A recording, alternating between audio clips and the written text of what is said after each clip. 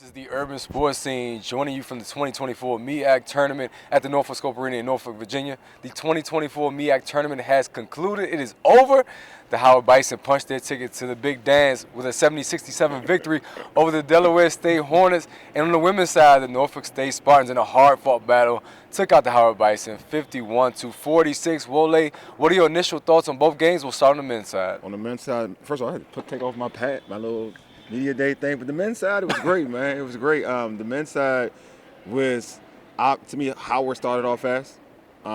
They went 8 for 17 from the three, and they were like, so it looked like initially it was going to be a blowout, to be honest with you. Then the second half, if anybody's followed Delaware State throughout the tournament, they've been a second half team, and that didn't change worth a lick in this game. They turned it up. And they cut the lead. Well, actually, they took the lead by one, and I want to say it was 41-40 at that time. Before Howard made a nice little push to kind of take the lead back, but then it was like you would know, right? The game went back and forth. So it was an exciting game. Howard pulled it out because of tough defense. You look at what they did to the kid Tavares, who was averaging 24.5 points in the tournament in the prior two games, but with Jordan Harrison, who was the most outstanding player in the MEAC tournament, the boxing one, him being the one guarding Tavares, the guard, the freshman guard from Delaware State.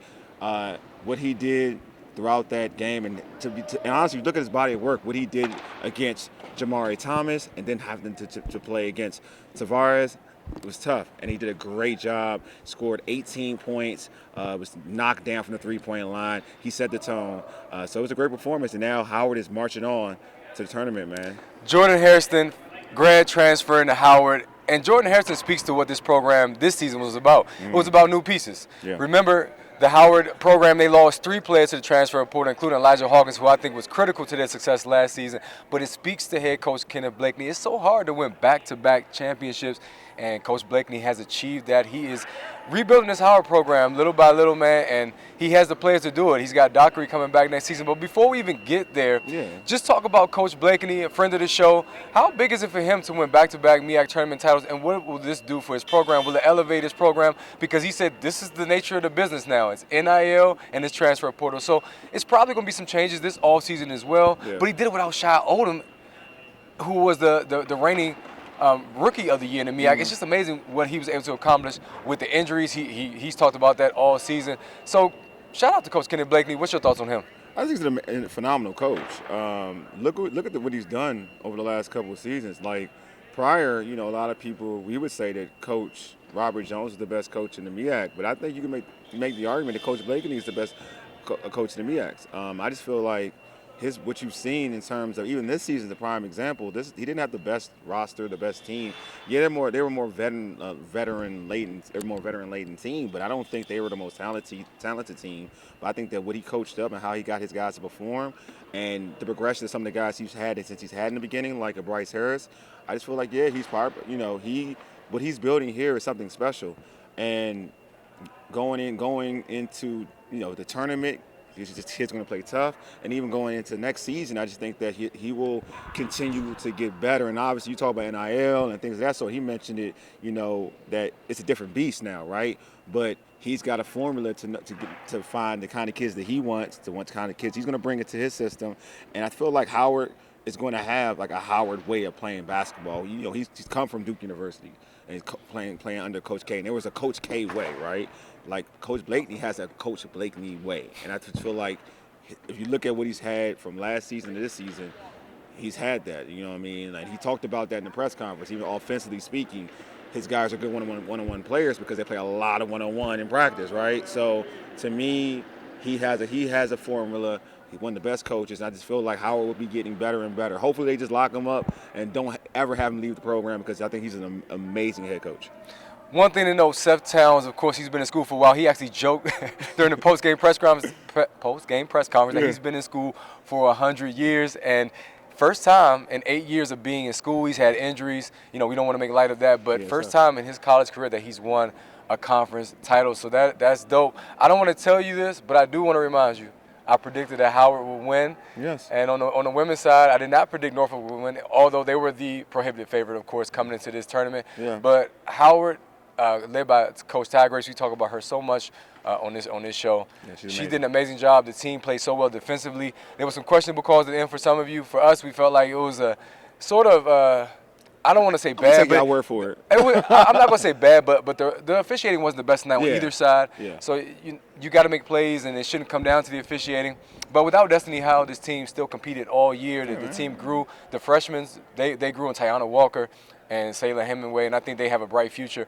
But let's talk about the women's side. Wole, Norfolk State, Diamond Johnson, who's played on the biggest stage, is now taking really it's Kiera Willer, though. Kiera Willer should have probably been the most outstanding player of the tournament. Yeah. She won MEAC Player of the Year. But both of them, they carry this Norfolk State team along with, of course, Larry Vickers into the NCAA tournament.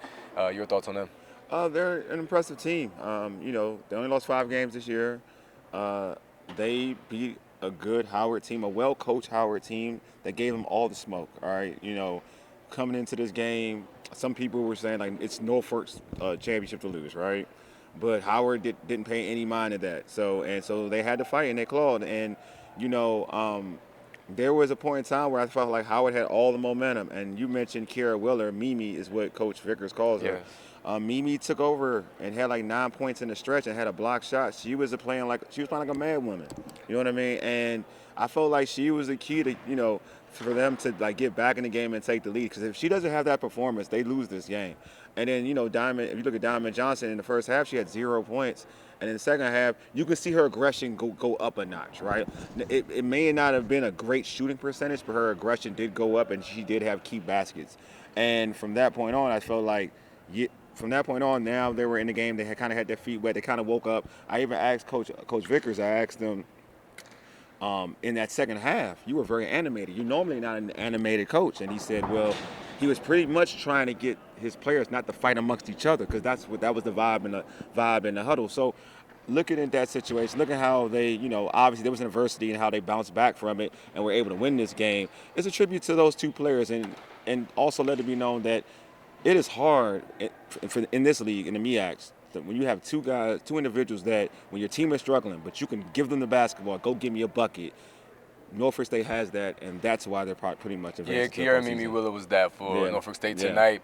So we're going to move on to the actual tournament, the NCAA tournament for both sides. We'll stay with the women for now. We can't talk about Howard? We are going to talk about Howard. Howard women? Oh, we can. Absolutely. Howard women, they came to play defensively tonight, and they've been Norfolk's biggest competition all season. They handed the Spartans their only conference loss, and tonight they showed. They actually grabbed a 6-point lead at one point. And what can we say about Deuce? Ayana, I was about to call her the last name. I was about to call her the wrong last name. Ayana, what is her last name? It'll come to me. Yeah. But number 2, Howard, she played exceptional at the point. She's played well all tournament long, and I feel as though as the team went. Norfolk's defense is excellent, and they're a team that obviously they limited so many other squads in this tournament to no points in the paint. They eliminate your outside shooting. We saw what happened to Coppin. I think Coppin only had like 18 points in the first half in that semifinal game. So we know who Norfolk State is, but this team came to play, especially defensively. And Ayana Warren, that's her name. There we go. Shout out to her because this was her last game for Howard. Also, Kaya Creek. And all of them are from PG County, as a matter of fact. Give them their PG love, and Kanaya Harris, that was their last game today for Howard. So shout out to them, Coach Grace. But Howard played well, bro. I mean, again, defensively, that's their calling card anyway. And I think they'll learn from this. Coach Grace wasn't happy with the ending, again, with the officiating. But overall, I think she's proud of the way her team fought all season. And they're proud of her, too. Under adversity. And they're proud of her, too. You know what I mean? So let that be known that she's been a great mother figure, a mentor to those young women. So that's what's up. So moving forward, we expect, or at least I expect, for Norfolk State to face off against LSU in the tournament. I don't think they'll get the #1 overall seed because they're a good mid-major program. But a team like LSU, who's also been on the 1 seed line, that's the matchup I foresee for them. I kind of agree with you. And Norfolk State is a really good team, of course, and they competed against South Carolina last year, but with some different pieces, of course. Camille being on that squad, but Camille Downs, who was the MEAC Defensive Player of the Year, they don't have her this season, and LSU's loaded. We already know. Angel. Well coached. Angel Reese. What would you expect from a Norfolk State against a team I like would LSU? love to see Mimi versus Angel Reese. I want to see that matchup. I think she'll compete well. That's what I'm saying. Yeah. I want to see that matchup. I think that's something that I would like to see. I think they'll show some heart. You know what I mean? Do I think they're going to win? No, but I do think they'll show some heart and compete. I feel like they can compete for maybe the first quarter and some change, and after that, by nutrition, it may be a little tough. But I do think they're going to play with heart, and I feel this is the best word I can use. I feel like LSU is going to feel them.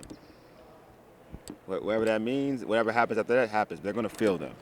Yeah, I think that Norfolk will compete, but of course, ultimately, I think LSU gets the win and moves on. Who they have national championship aspirations, yeah. but we're not even sure who Norfolk State will face off. Yeah. But the exciting thing for Norfolk State is they will be part of Selection Sunday. Shout out to them.